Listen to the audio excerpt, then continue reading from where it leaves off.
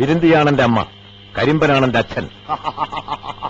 വിരുന്തി അമ്മയായും കരിമ്പൻ അച്ഛനായുള്ള ഗുരുക്കളെ, ഈ കേട്ട കളരിയിലെല്ലാം പഠിച്ചുറച്ച ഗുരുക്കളെ, പിറപ്പിച്ചോരച്ഛനും തെറ്റോരമ്മക്കും പരിതാപം വളർത്താതെ, പോയി പഠിച്ച കളരികൾക്കൊന്നും പേരുദോഷം വരുത്താതെ, 4 ശിഷ്യന്മാരെ വെച്ചും കൊണ്ട് അവരെ എഴുത്തും പൊയ്ത്തും മന്ത്രവാദവും പഠിപ്പിച്ച് 8 ദിക്കിലും കേളി പരത്തിക്കൊണ്ട് അടങ്ങി ഒതുങ്ങി ഇരുന്നാ പോരെ എന്ന് ഗുരുക്കളെ. വാഴുന്നവരുടെ ഭ്രാന്തും മറ്റുള്ളവരുടെ ആദ്യം നനച്ച് നട്ടപ്പാതിരക്ക് ഇങ്ങനെ തെക്ക് വടക്ക് നടക്കേണ്ടതുണ്ടോ എന്റെ ഗുരുക്കളെ?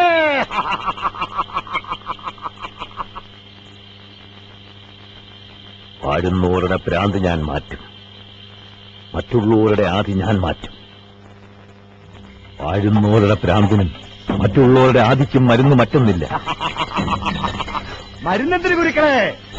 വാഴ്ച തന്നെ ഒരു ഭ്രാന്തല്ല ഗുരുക്കളെ. അത് ഈ നാട്ടിലും മറുനാട്ടിലും അങ്ങനെ തന്നെയല്ലേ? വാഴ്ചയുണ്ടെങ്കിൽ ഭ്രാന്ത് വേണം, വാഴ്ചയുള്ളിടത്തൊക്കെ ആദ്യം വേണം. ഗുരുക്കൾ ഒരാളെ വിചാരിച്ചാൽ വേണ്ടുന്നത് വേണ്ടാതാവോ? പിന്നെ എന്റെ ഗുരുക്കളെ, വാഴുന്നവർക്ക് ഭ്രാന്ത്, മറ്റുള്ളവർക്കൊക്കെ ആദി, ഒക്കെ ഒരു തോന്നലല്ലേ ഗുരുക്കളെ? ഭ്രാന്തിന്റെ കാര്യമൊക്കെ പോട്ടെ, ആർക്കാ ഇവിടെ ആദി? പകരന്തിയോളം പണിത്തിരക്കല്ലേ? കുടിക്കാനായിക്കൊണ്ട് കടുങ്കള്ളില്ലേ? പിന്നെ ചെയ്യും ചെറിയും കൂക്കിവിളിയുമില്ലേ? അത് കഴിഞ്ഞാൽ തന്റെ ഒരു പെണ്ണിനെ, അല്ലെങ്കിൽ ആരാന്റെ ഒരു പെണ്ണിനെ പൊത്തിപ്പിടിച്ചൊരു കിടത്തം അല്ലേ? പിന്നെ ആർക്കാ ഇവിടെ ആദി?